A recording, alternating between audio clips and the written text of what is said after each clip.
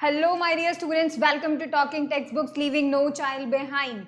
Let's study hard for your targets or your exam goals. All right, whether you're studying for the Olympiads or the school examinations, ठीक है, हम बहुत मेहनत करेंगे और हम देख लेते हैं कि हम क्या क्या चीज़ें के लिए पढ़ने वाले हैं। 6th, 7th and 8th Olympiads के लिए हम प्रिपेयर करेंगे, NTSC, NSCGS, PRMO और सबसे इम्पॉर्टेंट तुम्हारे स्कूल एग्जामिनेशंस के लिए भी हम लोग बहुत हार्ड मेहनत करेंगे, ठीक है।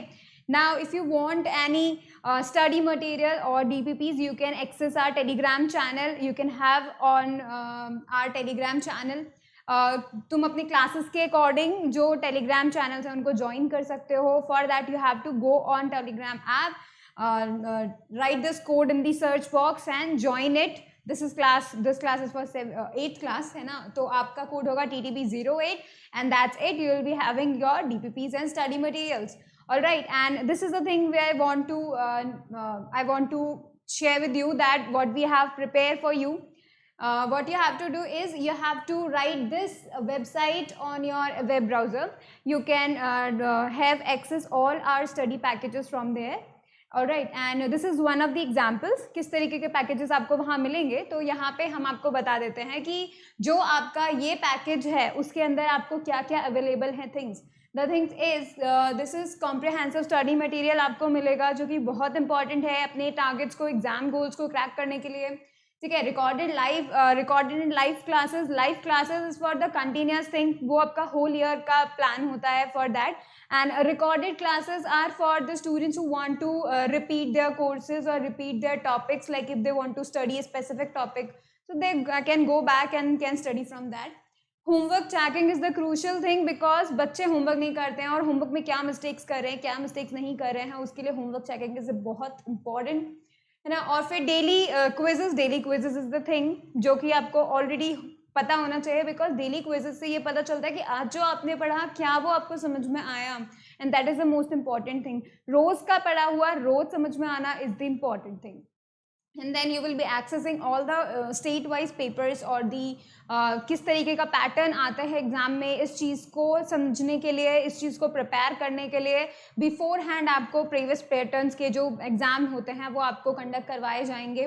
All right, and what you have to do is you have to buy this product. This is a 9,000 cost है इस product का. And if you click on buy 1,000, you will be forwarded on this page. This page can get you a discount of 2,700 by writing a code. You can write code CYLIVE. CY live अगर आप लिख देते हैं तो you will be getting 2,700 discount and your total price will be 6,300. So what you have to do next is to buy a package. Go on this page.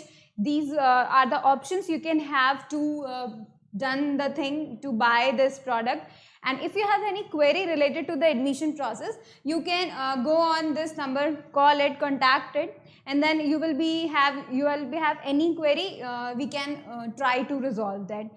All right, and next thing कि हम लोग अभी जो important topic पढ़ रहे हैं, जो important chapter पढ़ रहे हैं वो है mathematical tools, which is so important because mathematical tools is like the basic thing. आपके लिए एक building block की तरह काम करेगा because physics पढ़ने के लिए maths का information होना ज़रूरी है.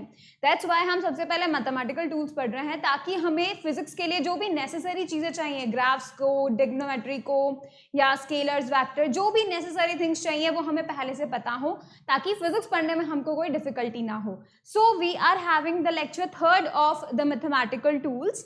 Alright, so just take out your notebooks, take out your copies, pens, alright, and just promise to yourself you will be watching the whole lecture, you will be making proper notes and you will revise it on a daily basis. All right, so let's move on. तो ये हम अपने first chapter में पढ़ चुके थे. हमने scalar quantities देख लिया है, हमने वेक्टर क्वांटिटीज देख लिया है, हमने स्केलर क्वांटिटीज की प्रॉपर्टीज देख ली हैं, वेक्टर की प्रॉपर्टीज देख ली हैं, वेक्टर क्वांटिटी को रिप्रेजेंट करना सीख लिया है, उसका प्रॉपर्टी देख ली है. और दो वेक्टर्स, स्पेशल दो वेक्टर्स, कौन कौन से, null vector and the zero vector and the unit vector, we have studied already. Alright, and हमने लेक्चर 2 में क्या क्या देख लिया था, फंक्शंस देख लिया था, वो मैजिक बॉक्स देख लिया था, है ना. उसके बाद हमने एंगल्स देखे थे, 2 टाइप्स के एंगल्स होते हैं, plus and minus, and then हमने उनको मेजर करना सीख लिया था, ठीक है. उसके बाद हमने ट्रिग्नोमेट्री के लिए भी सीख लिया था. हम लोगों ने पंडित बद्री प्रसाद हर हर बोले भी सीखा था, है ना। और उसके बाद हमने कैलकुलेशन भी सीखी थी। फिर ये था जो मैंने तुम्हें लास्ट टाइम में छोड़ा था कि हम ग्राफ्स बनाना सीख रहे हैं। यहाँ पे सबसे इंपॉर्टेंट चीज क्या नोटिस करने वाली थी, वो ये थी कि यहाँ पर जो ग्राफ हमें मिल रहा है वो एक स्ट्रेट लाइन मिल रहा है। तुम्हें इस तरीके के ग्राफ फिजिक्स में नहीं देखने मिलेंगे। इस तरीके के कौन से वाले, जो कि ये number of questions and homework and time completion के, हमको ये नहीं मिलेगा। हमको मिलेगा स्पीड टाइम, कि भाई कोई बॉडी अपना टाइम के साथ कितना डिस्टेंस चेंज कर रही है, कोई बॉडी कितनी स्पीड से जा रही है, किस बॉडी का कितना वेलोसिटी है, कितना एक्सेलरेशन है। इस तरीके के ग्राफ्स को हम डील करेंगे फिजिक्स में। बट द थिंग इज, मैं यहाँ पे इस एग्जाम्पल से आपको क्या बताना चाहती हूँ वो ये कि जब कभी भी हम ग्राफ्स के साथ डील करते हैं तो हमें किस टाइप के ग्राफ्स मिलते हैं, तो हमें क्या चीजें उनसे सीखनी चाहिए, ये भी आज हम पढ़ेंगे। क्योंकि आज हम पूरा ग्राफ के बारे में पढ़ेंगे, ठीक है। हम लोग देखेंगे डिस्टेंस टाइम ग्राफ और डिस्प्लेसमेंट का थोड़ा बहुत, ठीक है। तो अभी हम लोगों ने ये पहला ग्राफ हम लोगों ने डील किया है, this is the first one, जो कि हमें एक स्ट्रेट लाइन। स्ट्रेट लाइन का क्या मतलब होता है कि वो यूनिफॉर्मिटी शो कर रहा है कि दो चीजें हैं, यानी ये जो नंबर ऑफ होमवर्क की जो क्वेश्चंस हैं एंड द टाइम जो कि हम उन होमवर्क को कंप्लीट करने के लिए यूज कर रहे हैं, ये चीजें साथ साथ यूनिफॉर्मली चेंज हो रही हैं। देखो, जब वन क्वेश्चन किया तो 10 मिनट्स तुम्हें या फिर 10 सेकेंड्स तुम्हें लगे, है ना। सेकेंड क्वेश्चन किया तो 20 सेकेंड्स और 20 मिनट्स आप ले सकते हैं, ठीक है। तो ये यूनिफॉर्मिटी है कि जैसे जैसे नंबर ऑफ क्वेश्चंस 1 बाय 1 बढ़ते जा रहे हैं, वैसे वैसे नंबर ऑफ जो मिनट्स या जो सेकेंड्स हैं वो किस तरीके से तुम्हारे बढ़ते जा रहे हैं, ये यूनिफॉर्मली बढ़ रहे हैं, ठीक है। ये इंपॉर्टेंट चीज ध्यान रखने वाली है। क्यों? क्योंकि यहाँ पे हम यूनिफॉर्मिटी की चीज देख रहे हैं। यहाँ पे जब हम मोशन के बारे में बात करेंगे कि कोई बॉडी यूनिफॉर्म मोशन करती है या नहीं करती है, तो आपको इससे पता चलेगा कि अगर कोई एक स्ट्रेट लाइन है मतलब वहां पे यूनिफॉर्म है, either motion, either distance, either speed, वहां पे यूनिफॉर्मिटी शो होती है, ठीक है। अब इसका जो नेक्स्ट एग्जाम्पल है वो मैं तुम्हें बताती हूँ, ये वाला, ठीक है। अब हम वो स्ट्रेट लाइन को तो हमने सीख लिया, अब हम इस चीज को सीखते हैं कि जब हम इस तरीके के नंबर्स के साथ डील करते हैं तो हमें किस तरीके का ग्राफ मिलता है और वो ग्राफ हमें फिजिक्स में क्या सिखाता है या फिर क्या रिप्रेजेंट करता है, ठीक है। तो सबसे पहला स्टेप क्या है, फटाफट से एक्स एंड वाई एक्सिस बना लेते हैं। ये हमारी बन गई है मैजिकली एक्स एक्सिस एंड ये बन गई हमारे मैजिकली वाई एक्सिस। अब हम क्या करते हैं, 1 2 3 4 5 यहाँ पे प्लॉट कर लेते हैं। फर्स्ट थिंग दी एक्स, तो हम लोग एक्स पे कर लेते हैं प्लॉट, ठीक है। तो फटाफट से आप लोग भी अपनी नोटबुक में फटाफट से एक्स एंड वाई को प्लॉट कर लीजिए ताकि हम ग्राफ बना सके।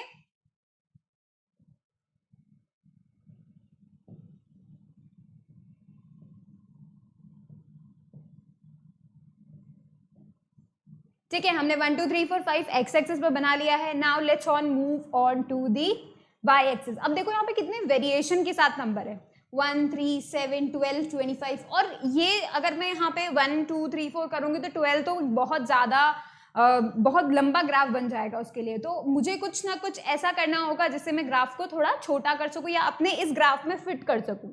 ऑलराइट, मेरा स्टार्टिंग नंबर है 1 और एंडिंग नंबर है 25 की मुझे 25 तक तो चाहिए ही चाहिए। और 1 से लेके 25 तक में बहुत सारे नंबर्स आते हैं। अगर मैं 2 2 का स्टेप भी लेती हूँ, ठीक है, 1 2 3 4 के जगह पर अगर मैं 2 2 का सेट लेती हूँ, जैसे 2 4 6 8 10 12, तो मेरा 25 तक तो पहुंच ही नहीं रहा, मेरा तो 12 तक ही रह जा रहा है। So let's try to 3। हम क्या कर सकते हैं, 3 6 9 12 15 एंड देन 18। अभी भी 25 नहीं आया है तो मैं 4 ट्राई कर लेती हूँ, 4 8 12 16 20 24। तो ये यहाँ पे पॉसिबल हो सकता है। सो लेट्स सी कि यहाँ पर हम इसे करते हैं 4 8 12 16 20 24, ठीक है।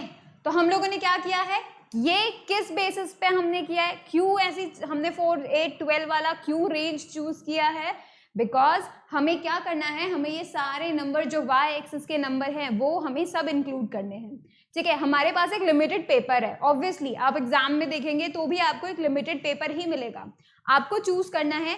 इंपॉर्टेंट थिंग ये होती है ग्राफ को बनाने के लिए कि आप जो ग्राफ पेपर है उसका फुल यूज करें, ठीक है। ऐसा भी नहीं होना चाहिए कि आपने एक कोने में छोटा सा ग्राफ बना दिया है और बाकी पूरा पेपर खाली है, और ऐसा भी नहीं होना चाहिए कि आपका ग्राफ इतना बड़ा जा रहा है कि आपको दूसरा पेपर भी उसके साथ अटैच करना पड़ रहा है। ठीक है, आपको इस तरीके से करना है कि जितना भी पेपर आपको फुली अवेलेबल है आपको उसी के अंदर प्रॉपर मेजरमेंट से अपना ग्राफ को ड्रॉ करना है।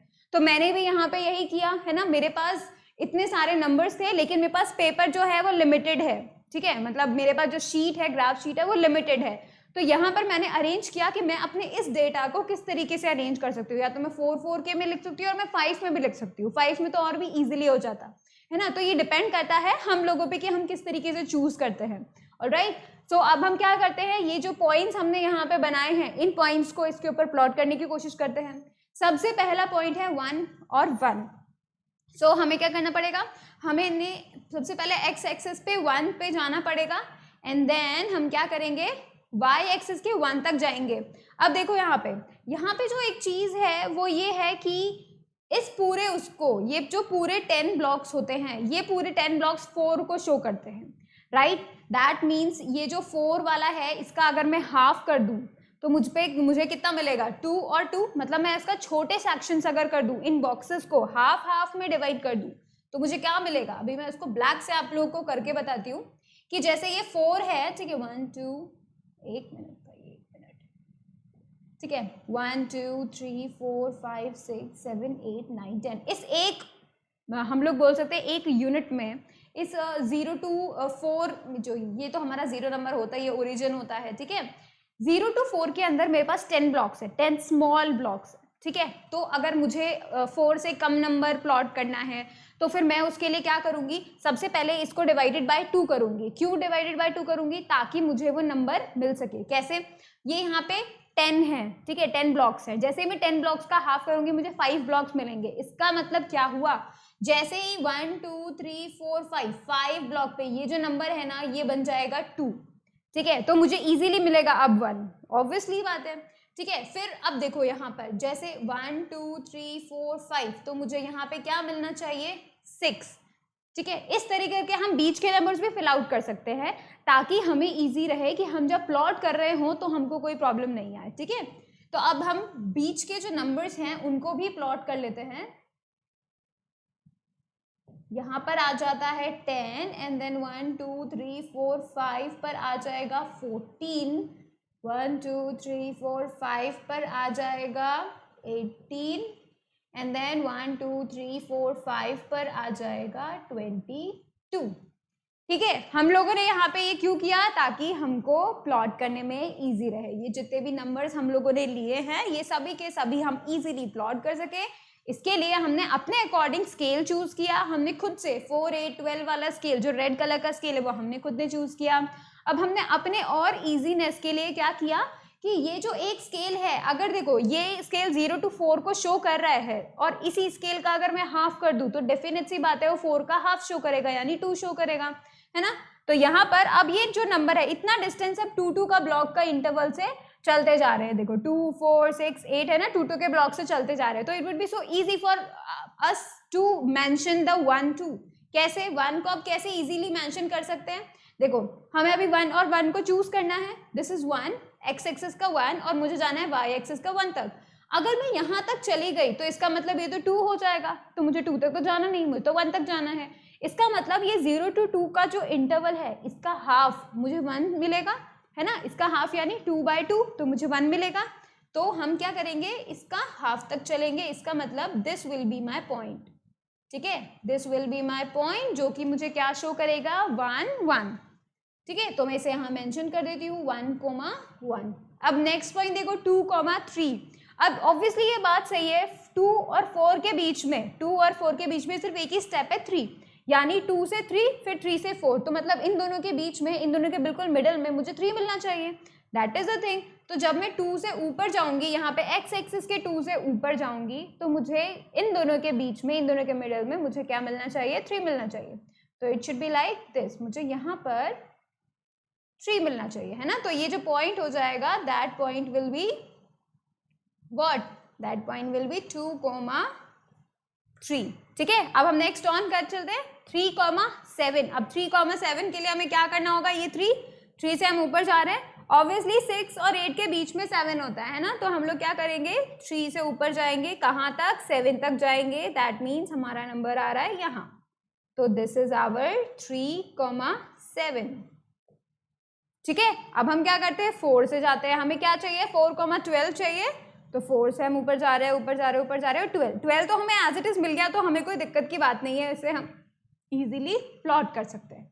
ठीक है, अब हम ऊपर जाते हैं और देखते हैं 5 के लिए। सबसे पहले मैं लिख देती हूँ यहाँ पर आ रहा है 4,12, alright, and then we will move to the 5 के लिए क्या है 25 तो सीधे हमें बहुत ऊपर मिलेगा, है ना। तो हम सबसे पहले क्या करते हैं, 5 के साथ ऊपर जा रहे हैं, ऊपर जा रहे हैं, ऊपर जा रहे हैं, and then we are getting, अब देखो यहाँ पे मुझे कैसे पता चलेगा कि 25 कहाँ है। See this is the 10 blocks, that means अगर मुझे 24 यहाँ है तो एक ब्लॉक के बाद 28 होना चाहिए, क्योंकि हम 4 का डिस्टेंस कर रहे थे, है ना, और उसके बाद उसका हाफ करेंगे तो मुझे यहाँ 22 मिलना चाहिए, 22 नहीं 26, तो this number will be what 26, and 24 और 26 के बीच में एक नंबर है 25 जो कि मुझे मिल गया। तो हम लोग यहाँ से यहाँ तक जाएंगे अपने 5 के लिए, and then we will plot 5। ठीक है, तो this number will be this number will be 5,25। ठीक है, तो इस तरीका हमको ग्राफ मिला। अब हम क्या कर रहे हैं, इस ग्राफ को ज्वाइन करते हैं। कैसे ज्वाइन करेंगे, ये अभी स्केल से ज्वाइन नहीं हो पाएगा, बिकॉज एक स्ट्रेट लाइन नहीं है, जैसा कि हमको पता चल रहा है, ऑब्वियसली ये थोड़ा कर्व के शेप में आ रहा है ना, तो यहाँ पर तुम लोग का स्केल तो काम नहीं करेगा। यहाँ पे हम लोग क्या करेंगे, जैसे जैसे पॉइंट मिलते जा रहे हैं वैसे वैसे उनको मेजर आउट करते चलेंगे, साथ साथ ही उनको ऐड ऑन करते चलेंगे, first, second, third, fourth and then fifth. ठीक है, हमने इस तरीके से इसको ज्वाइन किया है। लाइन टेढ़ी मेढ़ी थोड़ी बहुत हो सकती है, प्रैक्टिस के साथ सुधर सकती है, ठीक है, पर ठीक है मैंने थोड़ा सा टेढ़ा मेढ़ा कर दिया, बाकी ऑल गुड। तो ये जो हमें मिला है ये एक कर्व लाइन मिली है। अब ये कर्व लाइन क्या शो करती है, हमें मिल तो गया है ये कर्व लाइन। फिजिक्स में जब हम इस कर्व लाइन को देखेंगे तो हमें क्या एक इम्पॉर्टेंट नोटिस या क्या इंफॉर्मेशन हमको मिलेगी, वो हमको देखनी है। This graph is a curve line, ये जो ग्राफ है ये एक कर्व लाइन है। ठीक है, अब यहाँ पे हमको क्या इंपॉर्टेंट इंफॉर्मेशन मिली है, वो ये कि this shows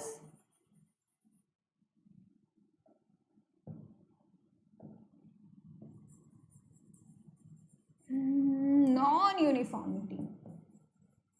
This shows non-uniformity in values.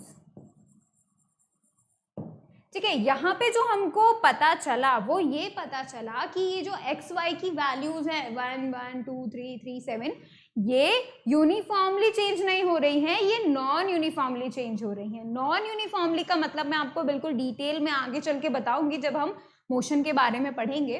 ठीक है, अभी देखो यहाँ पर इंपॉर्टेंट चीज ये है कि देखो 1 और 1 था, ये हमारा पहला स्टेप, ठीक है।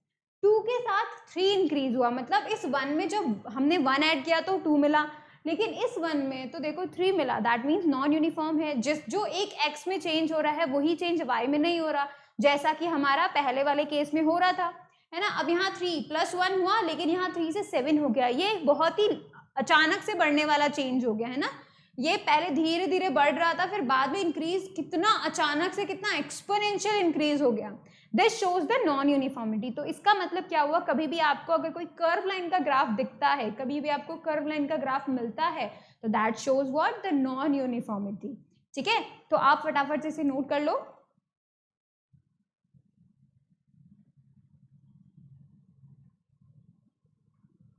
चलिए अब हम चलते हैं अपने आगे वाले ग्राफ्स पे, जो कि हमारे एक्चुअल फिजिक्स के ग्राफ्स है। Okay, this will be our lecture 3 and we will be studying what? Distance time graph, displacement time graph and speed time graph. ये तीनों ग्राफ्स के बारे में हम पढ़ेंगे। So this is the first graph, number 1 हम distance time graph के बारे में पढ़ रहे हैं। ये हमारा पहला ग्राफ है और ये सबसे easiest ग्राफ है, मतलब ये जो ग्राफ आप देख रहे हैं this is the easiest one। ठीक है, ये बिल्कुल आपको समझना होगा कि इसके अंदर क्या क्या इंपॉर्टेंट चीजें हैं, क्या क्या इंपॉर्टेंट चीजें नहीं हैं। ठीक है, वो हम आपको बताते हैं। देखिए सबसे पहले तो डिस्टेंस टाइम ग्राफ क्या होता है? डिस्टेंस टाइम ग्राफ, इसका मतलब एक एक्सिस के ऊपर डिस्टेंस होने वाला है मेंशन और दूसरा एक्सिस के ऊपर टाइम मेंशन होने वाला है, ठीक है। तो यहाँ पे हम देखेंगे what is distance time graph. हम लोग देखेंगे distance time graph is a graph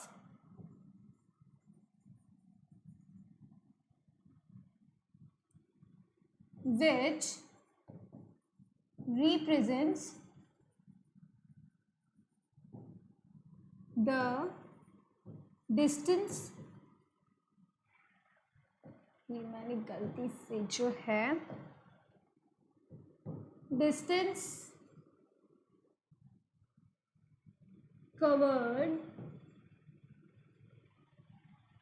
by a body with time। इसका मतलब कि जब कभी भी हम डिस्टेंस टाइम ग्राफ को देखते हैं या कभी भी उसका ड्राइंग खुद भी बनाते हैं या देखते हैं, तो हमें वो सबसे पहले क्या बता रहा होता है, वो हमें दिखा रहा होता है कि किस तरीके से एक बॉडी अपना डिस्टेंस चेंज कर रही है विद टाइम, या फिर नहीं भी चेंज कर रही है तो भी वो पूरा इंफॉर्मेशन हमको देगा। जो ग्राफ है ये हमको पूरा इंफॉर्मेशन देगा किस चीज का, उस बॉडी ने कितना डिस्टेंस कवर किया या नहीं किया, किसके साथ, टाइम के साथ, ठीक है। यहाँ पर ये चीज हमको डिस्टेंस टाइम ग्राफ हमेशा शो होती है।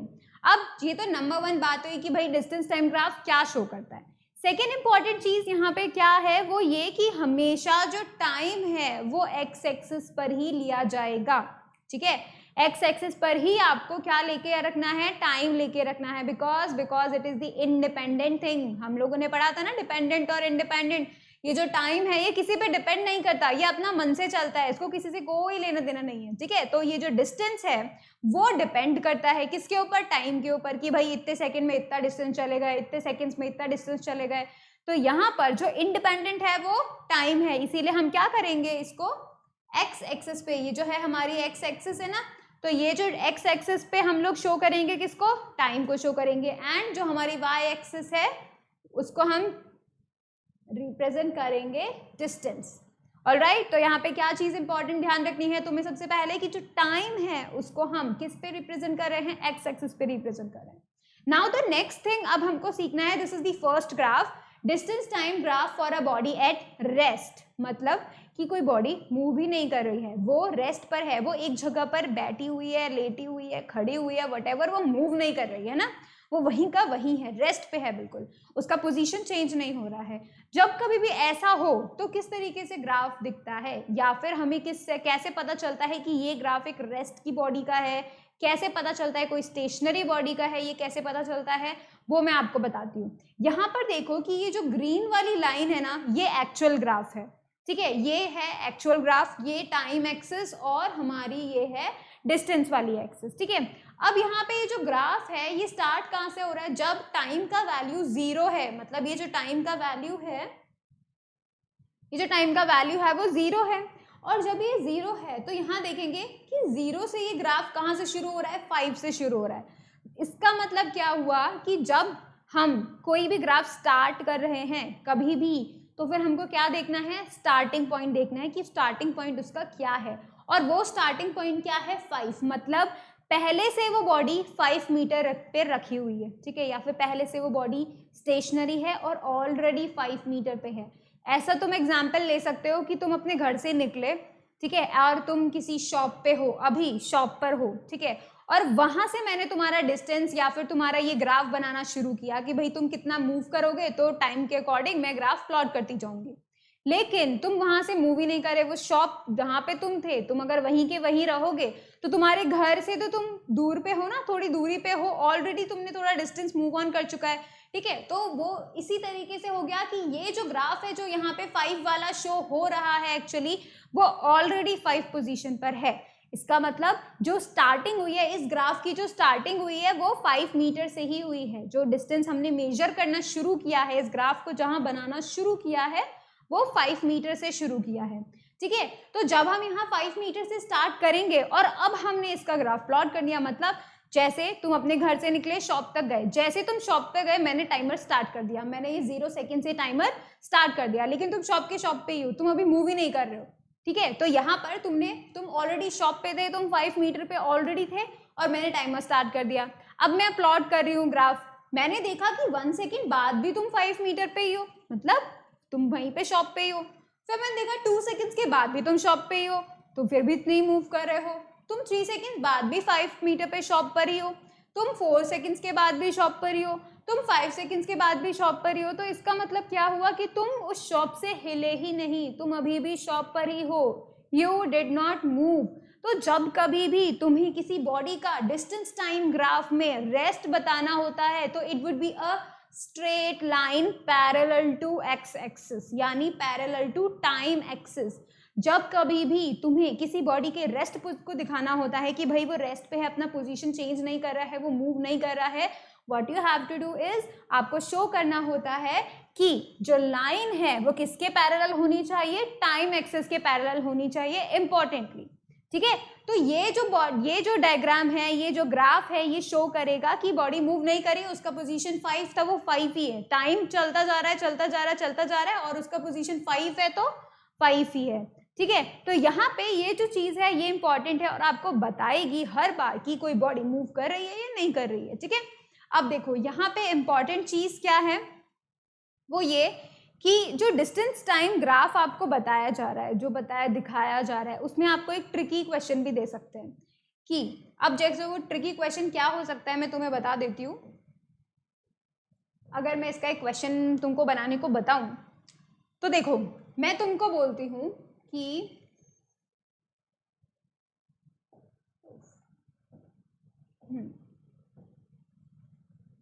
what would a line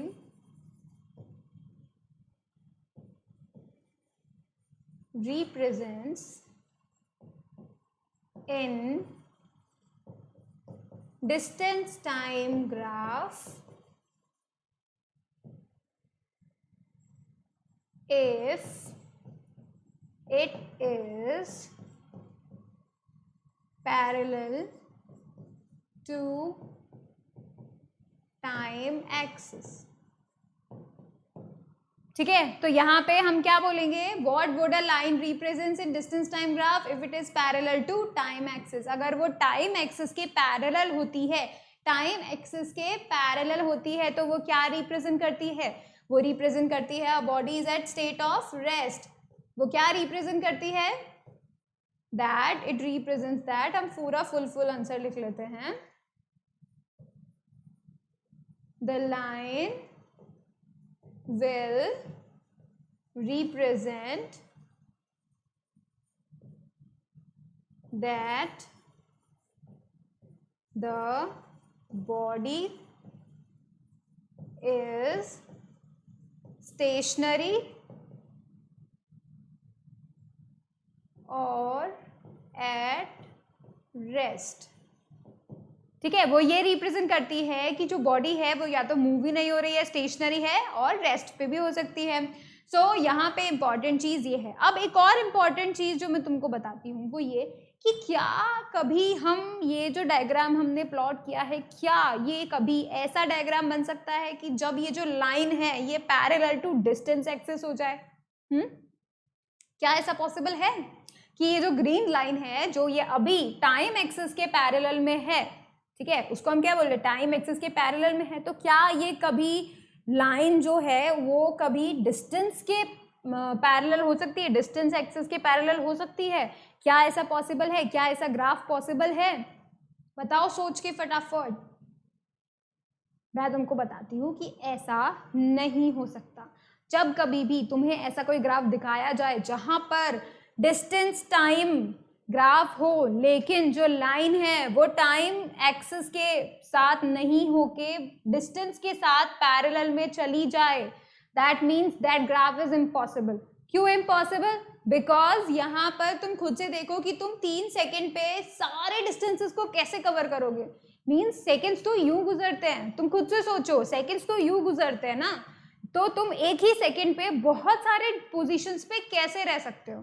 तो ये तो तभी हो सकता है जब तुम सुपर ह्यूमन बन जाओ, वरना नॉर्मल ह्यूमन में तो ऐसा हो नहीं सकता।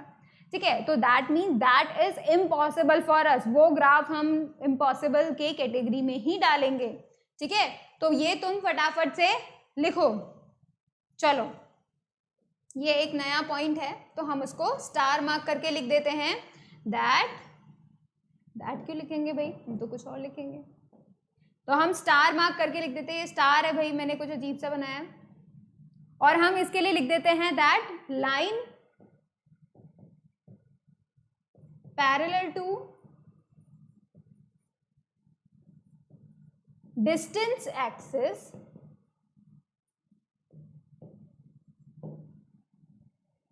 in distance time graph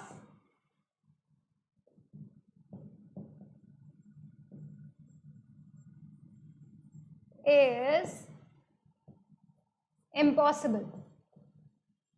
ये पॉसिबल ही नहीं हो सकता। कोई भी तुमको इस बात पे तुमको कोई भी उल्लू बनाने की कोशिश कर सकता है, तो तुम्हें ध्यान रखना होगा, सबसे पहले चेक करना होगा कि वो जो लाइन है, जो पैरेलल लाइन है, वो किसके पैरेलल है। अगर वो टाइम एक्सिस के पैरेलल होती है तब तो ठीक है, वैलिड है आंसर। लेकिन अगर वो दूसरी वाली जो एक्सिस है, डिस्टेंस एक्सिस के अगर पैरेलल निकल कर आ जाती है, तो इसका मतलब वो एक इम्पॉसिबल ग्राफ है, ऐसा कभी पॉसिबल नहीं हो सकता। क्यों?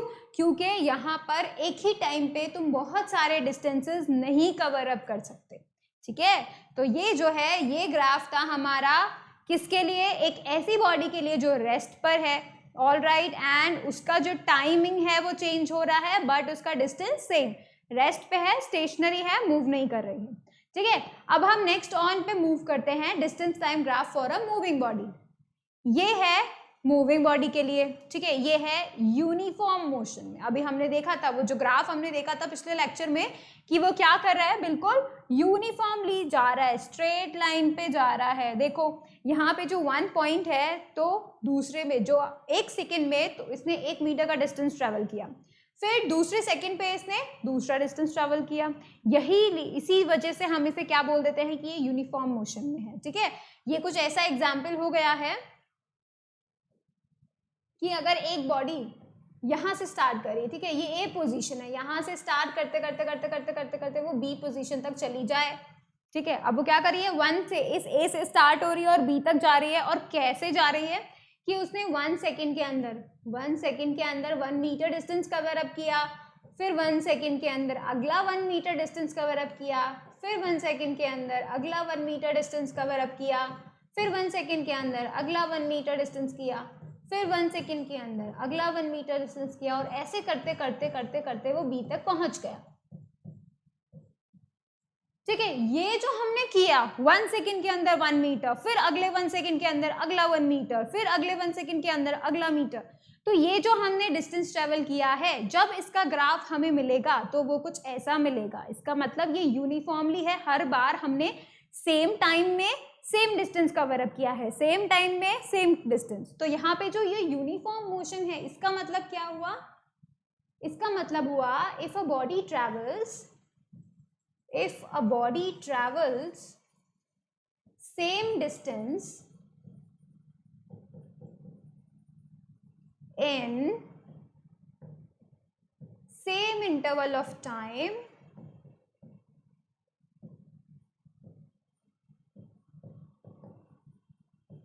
then it is in uniform motion.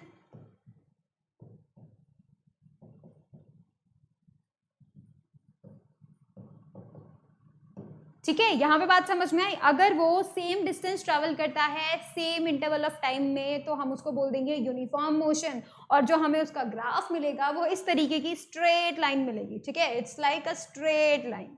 ठीक है, तो ये जो स्ट्रेट लाइन है वो हमें यूनिफॉर्मिटी शो करती है, जैसा कि हम पहले देख चुके हैं। और ये कैसा बन जाएगा? एक यूनिफॉर्म मोशन का ग्राफ बन जाएगा। यहाँ पर सेम है, 1 सेकेंड के अंदर 1 मीटर, फिर नेक्स्ट सेकेंड के अंदर 1 मीटर, फिर नेक्स्ट सेकेंड के अंदर 1 मीटर, फिर नेक्स्ट सेकेंड के अंदर 1 मीटर, और फाइनली नेक्स्ट सेकेंड के अंदर 1 मीटर। ठीक है, तो ये है किसका ग्राफ? ये है ग्राफ यूनिफॉर्म मोशन का। इसका मतलब यूनिफॉर्म मोशन में चल रही है, इसका मतलब सेम डिस्टेंस कवर हो रहा है सेम इंटरवल ऑफ टाइम में, ठीक है। अब एक इंपॉर्टेंट चीज जो मुझे यहाँ तुम्हें बतानी है वो है स्लोप, ठीक है। ये जो स्लोप होता है वो क्या होता है? जो ये स्लोप है बहुत इंपॉर्टेंट है। स्लोप ऑफ, सबसे पहले तो हम अकेला स्लोप देखेंगे, ऑफ का बाद में बताती हूँ। देखो सबसे पहले हम देखेंगे ये जो स्लोप क्या होता है। तुम लोगों ने घर के आगे, जब हमारा जो घर बना हुआ होता है तो घर के आगे एक स्लोप होता है जिसके ऊपर से हम गाड़ी चढ़ाते हैं, है ना। जैसे इजीली जो गाड़ी है वो हमारे घर के अंदर चली जाती है, तो वो जो स्लोप होता है जिसे हम रैंप भी बोल देते हैं, वो स्लोप हमें क्या बता सकता है कि जो सरफेस है वो कितना टेढ़ी है ना, वो ये चीज शो करता है। और वही सेम टू सेम मीनिंग इस कंटेक्स्ट में भी हम यूज करते हैं। कैसे यूज करते हैं देखेंगे। ये वाली जो लाइन है this is not a horizontal line, definite सी बात है। ये एक्स एक्सिस जो हमको शो करे, जो टाइम एक्सिस शो रही है, वो तो फिर भी हॉरिजॉन्टल है ना। हॉरिजॉन्टल मतलब एक स्ट्रेट प्लेन, है ना, हॉरिजॉन्टल। तो ये तो फिर भी हॉरिजॉन्टल है, लेकिन अगर कभी कोई भी लाइन स्ट्रेट हो लेकिन इंक्लाइन टू सम एंगल हो, मतलब वो कोई ना कोई एक एंगल बना रही है, वो टेढ़ी है, वो इंक्लाइंड है, ठीक है, तो उस वक्त उसका स्लोप होता ही होता है, कुछ ना कुछ होता ही होता है। अब मैं तुम्हें स्लोप बताने, कैलकुलेट करने के कुछ फॉर्मूले बताती हूँ, ठीक है। स्लोप को हम कैसे कैसे कैलकुलेट कर सकते हैं। सबसे पहले हम स्लोप कैलकुलेट करने के लिए क्या बोलेंगे, चेंज इन वाई एक्सिस, ठीक है, change in y axis divided by, we can say change in x axis. इसका मतलब कि y एक्सिस में कितना चेंज हो रहा है डिवाइडेड बाय x एक्सिस में कितना चेंज हो रहा है, that gives you the slope, कि वो जो लाइन है वो कितना इंक्लाइंड है, how much it is inclined, that's called the slope, ठीक है। अब स्लोप का एक और फॉर्मूला मैं तुम्हें बता देती हूँ, वो है tan थीटा। जो हमने वो tan पढ़ा था ना, यही है वो tan थीटा जो कि हमें स्लोप बताता है। ऑलराइट, तो ये दो फॉर्मूलेज हैं स्लोप को रिमेंबर करने के लिए, स्लोप को कैलकुलेट करने के लिए। अब ये जो स्लोप है वो तो हम लाइन का स्लोप निकालेंगे, और इसका क्या मतलब है कि मतलब हम क्यों ये ऐसा कर रहे हैं, स्लोप से क्या मतलब है, और हम ग्राफ में क्यों कैलकुलेट कर रहे हैं, ये चीज मैं तुमको बताती हूँ। लेकिन सबसे पहले हम क्या करते हैं, इसका स्लोप कैलकुलेट करते हैं और फिर देखते हैं कि हमें ऐसे क्या क्वांटिटी मिलती है उससे, ठीक है। तो हम स्लोप को कैलकुलेट करेंगे किसके लिए, इस डिस्टेंस ग्राफ के लिए। ये जो फॉर्मूला मैंने स्लोप का बताया था, ये तो फॉर्मूला है जनरल फॉर्मूला, ठीक है। ये ग्राफ में प्रेजेंट किसी भी लाइन के लिए आप यूज कर सकते हैं उसका स्लोप निकालने के लिए। ये एक जनरल फॉर्मूला है जो कि तुम्हें हर एक ग्राफ में यूज करना होगा, ठीक है। अभी मैं तुमको बता देती हूँ slope for this graph, slope of distance time graph,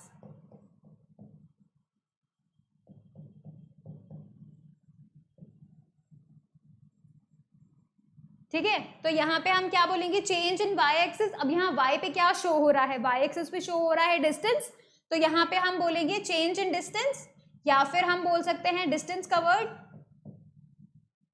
तो ऊपर अगर हम लिखते हैं distance covered divided by change in x axis, x axis पे कौन है यहाँ पर है टाइम, तो हम क्या लिखेंगे नीचे में हम लिख देंगे टाइम टेकन, ठीक है। मैंने टेकन पहले लिख दिया है,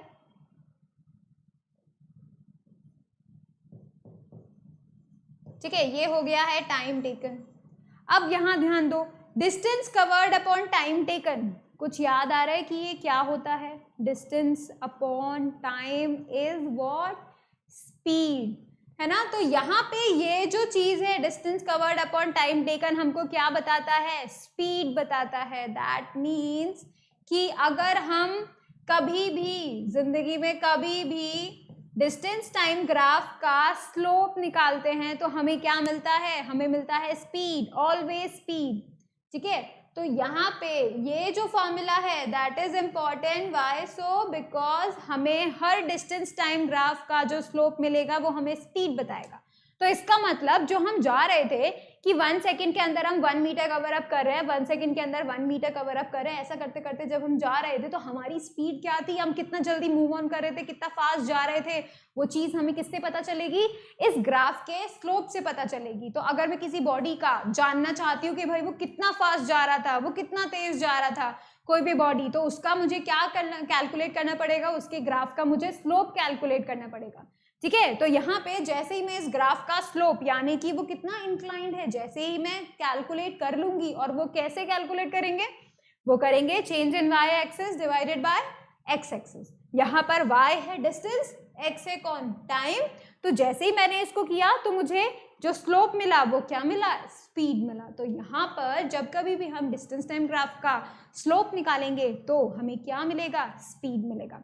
अब मुझे कोई फटाफट से बता पाएगा कि इस लाइन का स्लोप क्या है, कैलकुलेट तो करो, ये तो फॉर्मूला बताया है। ठीक है, फटाफट से कैलकुलेट करो और मुझे बताओ। इस ग्राफ के लिए जो हम स्लोप निकालेंगे, देखो ध्यान से देखो, सबसे पहले हमें देखना है डिस्टेंस कवर्ड या फिर चेंज इन वाई एक्सिस। ठीक है, अब हम देख रहे हैं स्टार्ट उसने कहां से किया था, 0 से किया था। 0 से स्टार्ट करते करते करते करते करते उसने कहां तक ट्रैवल किया है, 5 तक ट्रैवल किया है ना। 0 से 5 तक ट्रैवल किया है, तो उसने कितना डिस्टेंस मूव किया, 5। तो इसका मतलब जो चेंज इन वाई एक्सिस, ये जो चेंज इन वाई एक्सिस है या जो डिस्टेंस है वो कितना है, 5 मीटर है, डिवाइडेड बाय, देखते हैं, डिवाइडेड बाय कितना, 0 से 1 2 3 4 5, जो टाइम टेकन है 5 सेकेंड्स तक उसने मूव किया। यहाँ पे मुझे पता चल रहा है 5 सेकेंड्स तक, यानी जो एक्स एक्सिस का डिस्टेंस, एक्स एक्सिस पे जो इंफॉर्मेशन है वो ये बताती है कि 5 सेकेंड्स उसने कवर अप किए। तो यहाँ पे हम लिख देंगे 5 सेकेंड्स। इसका मतलब 5 से 5 कैंसिल और हमें इसका स्पीड मिल गया 1 मीटर पर सेकेंड। देखो हमने इस ग्राफ का, इस लाइन का हमने क्या निकाला है, स्लोप निकाला है। यानी ये जो ग्राफ है, जिस भी बॉडी के लिए ग्राफ बनाया गया है उस बॉडी का स्पीड कितना है, 1 मीटर पर second. That's how we can calculate the speed from a distance time graph. अगर तुम्हारे पास किसी भी बॉडी का डिस्टेंस टाइम ग्राफ दिया हुआ है, गिवन है, तो तुम इजीली उसका क्या कैलकुलेट कर सकते हो, स्पीड कैलकुलेट कर सकते हो। ठीक है, और साथ ही साथ तुम ये भी बता सकते हो कि बॉडी यूनिफॉर्मली मूव कर रही है या फिर नॉन यूनिफॉर्मली मूव कर रही है। तो ये जो ग्राफ है ये यूनिफॉर्मली का है, ऑलराइट। और जो स्पीड हमने पता करी है वो किसकी पता करी है, यूनिफॉर्मली की पता करी है। यूनिफॉर्मली का मतलब क्या होता है कि बिल्कुल सेम डिस्टेंस चल रहे हैं in same interval of time में। ठीक है, तो ये है यूनिफॉर्म का पूरा पूरा यूनिफॉर्म मोशन का पार्ट। ठीक है, तुम फटाफट से इंपॉर्टेंट चीजें इसमें नोट करो।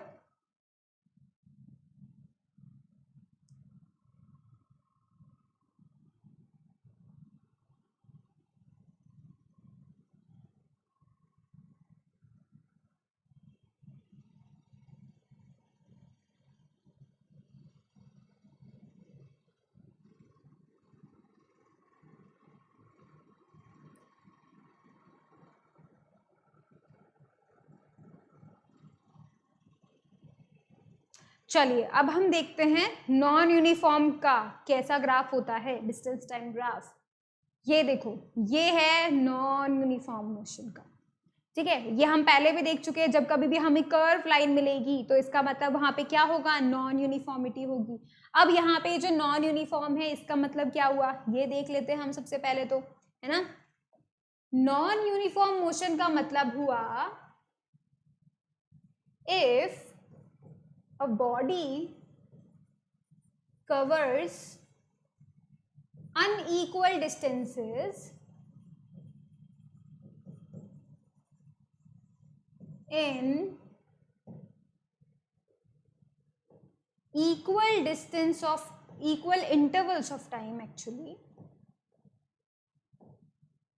in equal interval of time,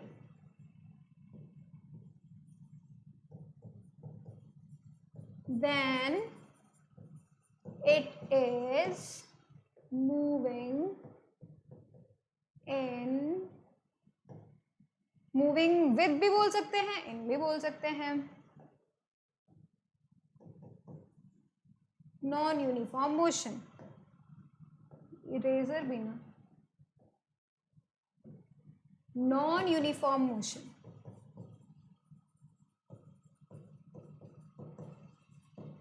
ठीक है, अगर कोई बॉडी क्या कर रही है, डिस्टेंस कवर कर रही है, लेकिन वो इक्वल डिस्टेंस नहीं कवर अप कर रही है, अनइक्वल डिस्टेंसेस कवर अप कर रही है टाइम के साथ, then it will be a non uniform. ठीक है, अब उसका एग्जाम्पल देखो कि मानो कि एक बॉडी यहाँ से ए से स्टार्ट हो रही है और चलते चलते चलते चलते चलते चलते बी तक जा रही है। ठीक है, अब ये बॉडी ए से बी तक जा रही है एंड लेट्स डिवाइड कि भाई वो 1 सेकेंड के अंदर 1 मीटर कवर अप करती है, फिर अगले 1 सेकेंड के अंदर 3 मीटर कवर अप कर लेती है, फिर अगले 1 सेकेंड के अंदर 5 मीटर कवर अप करती है, फिर अगले 1 सेकेंड के अंदर 6 मीटर कवर अप करती है, फिर अगले 1 सेकेंड के अंदर 11 मीटर कवर कर लेती है और अगले 1 सेकेंड के अंदर वो कितना कर लेती है, 15 मीटर। तो सी जैसे जैसे 1 सेकेंड 1 सेकेंड 1 सेकेंड 1 सेकेंड बढ़ते जा रहा है, वैसे वैसे देखो पहले 1 मीटर करती थी 1 सेकेंड में, फिर 3 मीटर इन अगले सेकेंड में, फिर 5 मीटर इन अगले second, 6 metre in the next second, 11 metre in the next second, 15 metre in the next second. इसका मतलब क्या हुआ, जैसे जैसे टाइम बढ़ते जा रहा है वैसे वैसे उसका कवर करने का जो स्पीड है वो इंक्रीज होते जा रहा है। इसका मतलब क्या हुआ कि ये इक्वल डिस्टेंस तो कवर अप नहीं कर रही है, ये इंक्रीज कर रही है ना। तो ये जो चीज़ है वो क्या दिखा रहा है, इंक्रीजिंग स्पीड का ग्राफ दिखा रहा है। और ये केस कब होता है, जब कभी भी हम कोई भी व्हीकल को स्टार्ट कर रहे होते हैं ना। जैसे कोई अभी व्हीकल रेस्ट पे है, मानो तुमने स्कूटर चलाया है, तुम अभी रेस्ट पे हो, या फिर तुम अपने पापा के साथ जा रहे हो, तुमने कार स्टार्ट करी है, अभी कार रेस्ट पे है, लेकिन पापा जैसे ही उसका एक्सीलरेटर चलाएंगे, जैसे ही उसका एक्सीलरेटर दबाएंगे, वैसे क्या होगा, अचानक से स्पीड पकड़ेगी। तो हर एक सेकंड के साथ उसका स्पीड क्या होता जाएगा, इंक्रीज होता जाएगा। और वही सिमिलर सिचुएशन इस ग्राफ से बताई जा सकती है। तो अगर हम उस पॉइंट का ग्राफ बनाएंगे कि एक सेकंड के अंदर कितने ज़्यादा स्पीड बढ़ते जा रही है, तो हमें कुछ ऐसा ग्राफ मिलेगा। कैसा, कर्व होते हुए बिल्कुल ग्राफ मिलेगा। ठीक है, देखो अभी जैसे 1 पे था तो ये बहुत ही कम है। ठीक है, अब 1 से तो बहुत ज़्यादा कम है। फिर 2 पे देखो ये 1 तक भी नहीं पहुंचा, बहुत ही थोड़ा इंक्रीज हुआ है। फिर 3 पे देखो थोड़ा सा इंक्रीज हुआ है, फिर 4 पे 3 आ गया है और 5 पे 5 है। दैट मीन्स धीरे धीरे धीरे धीरे धीरे उसका डिस्टेंस कवरिंग करने का जो स्पीड है वो बहुत ज़्यादा इंक्रीज होता जा रहा है। अब तुम यहाँ ध्यान से देखो, यहाँ पर अगर हम स्लोप निकालने का फॉर्मूला लगाएंगे तो वो नहीं लगेगा। यहाँ पे क्यों नहीं लगेगा, क्योंकि वो जो फॉर्मूला हमने अभी अभी यूज़ किया था स्लोप का फॉर्मूला, वो सिर्फ स्ट्रेट लाइन के लिए है। ठीक है, मैं वापस से उसमें एक बार मेंशन कर देती हूँ कि ये जो स्लोप निकालने का फॉर्मूला है ये सिर्फ यूनिफॉर्म मोशन या फिर स्ट्रेट लाइन के लिए है। ठीक है, बिल्कुल कंफ्यूज नहीं होना है। यहाँ पे मैं लिख देती हूँ only for straight line. You have to use it for very importantly कि भाई तुम इसको सिर्फ और सिर्फ स्ट्रेट लाइन के लिए ही यूज करोगे, उसके अलावा नहीं। ठीक है, तो अब सभी ने नोट तो कर ही लिया होगा, हम इसको मूव ऑन करते हैं। अब यहाँ पे जो स्लोप है वो हम निकाल सकते हैं, डेफिनेटली निकाल सकते हैं, कैलकुलेट कर सकते हैं, लेकिन उसके लिए वो फॉर्मूला यूज नहीं होगा, फिर हम कुछ और फॉर्मूले यूज करेंगे। बिकॉज यहाँ पे देखो, यहाँ पे हर पॉइंट पर, हर एक पॉइंट पे तुम्हारी स्पीड डिफरेंट है ना। कैसे डिफरेंट है, यहाँ पे अलग स्पीड है, यहाँ पे बढ़ रही है, मतलब हर एक सेकंड पे तुम्हारी स्पीड इंक्रीज होते जा रही है, हर एक सेकंड पे बहुत इंक्रीज होते जा रही है, तो सेम स्पीड तो नहीं है। दैट्स वाई हम इसके हर एक पॉइंट पे डिफरेंट स्पीड मेजर कर सकते हैं। इस पॉइंट पर इसका स्पीड कुछ डिफरेंट होगा, है ना। ये वाली जो लाइन है ना, इस पॉइंट को टच करती हुई, मैं इसे वापस से अच्छे से बनाती हूँ। देखो, अगर मैं इस पॉइंट पे बताना चाहूंगी कि भाई इस पॉइंट पे इसका स्पीड कितना है, तो मैं वहां पर एक लाइन खींच दूंगी टच करते हुए और फिर इस लाइन का स्लोप निकालूंगी। यहाँ पे अगर मुझे चेक करना होगा तो यहाँ पर एक लाइन खींच दूंगी बिल्कुल टच करते हुए, और इस पॉइंट पे जो है मैं इसका स्लोप निकालूंगी। That's how we do it. Like इसके जो स्लोप है वो देखो, यहाँ पर इसका स्लोप भी इंक्रीज होते जा रहा है। कैसे, देखो यहाँ पर इसका स्लोप कुछ ऐसा है, फिर इसका स्लोप कुछ चेंज हुआ, फिर इसका स्लोप चेंज हुआ, फिर वापस इसका स्लोप चेंज हुआ। दैट मीन्स अगर कोई चीज़ इसे हॉरिजॉन्टल है और हल्का सा उसका स्लोप चेंज हुआ, फिर थोड़ा और ज़्यादा, फिर थोड़ा और ज़्यादा, फिर थोड़ा और ज़्यादा, कैसे, इसका मतलब स्पीड इंक्रीज हो रही है। डिस्टेंस टाइम ग्राफ है, देखो ये वाला सबसे पहले हॉरिजॉन्टल, फिर हल्का सा टेढ़ा, हल्का सा स्लोप हुआ, इसका मतलब थोड़ी सी स्पीड बढ़ी, स्लोप मतलब स्पीड डिस्टेंस टाइम ग्राफ के लिए। फिर हम थोड़ा सा आगे गए तो इसका स्पीड फिर से थोड़ा सा इंक्रीज हुआ, फिर थोड़ा सा इंक्रीज हुआ, फिर थोड़ा सा इंक्रीज हुआ, फिर थोड़ा सा इंक्रीज हुआ, हर एक पॉइंट पे इस ग्राफ के, इस कर्व्ड ग्राफ के हर एक पॉइंट पे स्पीड का वैल्यू डिफरेंट है, स्पीड हमेशा इंक्रीज होते जा रही है, ठीक है। This is the important thing you can see, you can note from here कि यहाँ पर क्या हो रहा है, आपको हमेशा क्या बताया जा रहा है, एक इंक्रीजिंग स्पीड बताई जा रही है, जो स्लोप है वो बिल्कुल इंक्रीज होते जा रहा है। अगर मैं यहाँ पे पॉइंट मेंशन कर दूं कि अगर ये जो पॉइंट है ये ए पॉइंट है, ये पॉइंट है, ये बी पॉइंट है, ये सी, ये डी और ई, तो अगर मैं इस A B C D E के बारे में लिखूं, उनके स्लोप के बारे में लिखूं, तो मुझे क्या पता चलेगा कि स्लोप एट ए, ठीक है, इस ए जो पॉइंट पे है, जो हमारा स्लोप है, ठीक है, वो सबसे कम है, सबसे कम है, ठीक है। उसके बाद कौन आता है, इसको हम थोड़ा छोटा छोटा लिख देते हैं तो ज्यादा आ जाएगा, ठीक है। कैसे, यहाँ पे जो ए का स्लोप है is very less than B का स्लोप, ठीक है, फिर उससे कम है सी का स्लोप, धीरे धीरे बढ़ते जा रहा है ना, फिर डी आएगा, डी का स्लोप, और लास्ट में ई का स्लोप।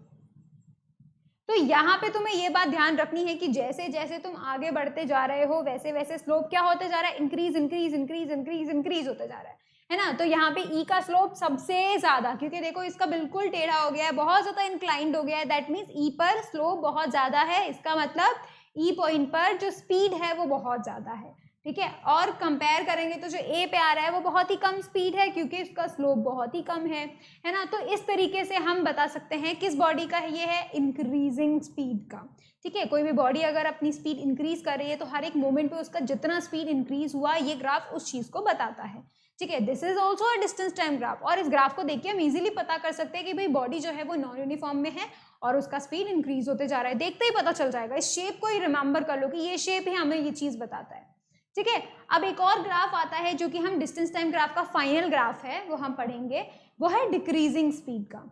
नॉन यूनिफॉर्म तो चलो हमें पता चल गया कि भाई कुछ ना कुछ चेंज हो रहा है ना, यूनिफॉर्म नहीं कर रहे, बट डिक्रीजिंग स्पीड कैसे होता है, वो होता है जब जब ब्रेक लगाए जाते हैं। कैसे ब्रेक लगाए जाते हैं, देखो जब कभी भी तुम कोई स्पीड पे ऑलरेडी जा रहे हो, तुम अपनी गाड़ी में बैठे हुए हो, ऑलरेडी तुम एक स्पीड पर हो, ठीक है, और फिर ब्रेक लगाते हैं, अचानक से ब्रेक लगाते हैं। जब कभी हम अचानक से ब्रेक लगाएंगे तो स्लोली स्लोली स्लोली हमारी स्पीड डिक्रीज हो जाएगी और हम स्टॉप हो जाएंगे, ठीक है। तो यहाँ पर यही चीज शो करता है। देखो यहाँ पर जब हम कभी भी डिक्रीजिंग स्पीड का देख लेते हैं तो हम उसी चीज को शो करेंगे कि भाई किस तरीके से हमारा जो स्पीड है वो डिक्रीज हो रहा है या इंक्रीज हो रहा है, ठीक है।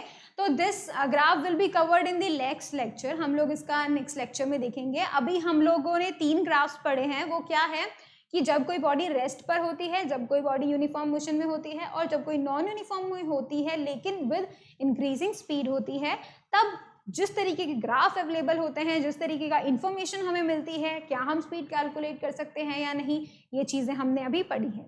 Alright, and then we will be learning very much things. हम इसके बाद डिस्प्लेसमेंट के बारे में पढ़ेंगे, उसके ग्राफ्स कैसे कैसे होते हैं, फिर हम स्पीड के बारे में पढ़ेंगे, उसके ग्राफ कैसे होते हैं, then we will be doing a question.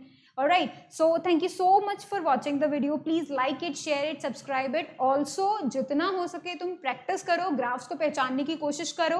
Alright, and do spread it out among your friends or your relatives and your family members so that they can learn from it. Alright, and thank you so much for watching.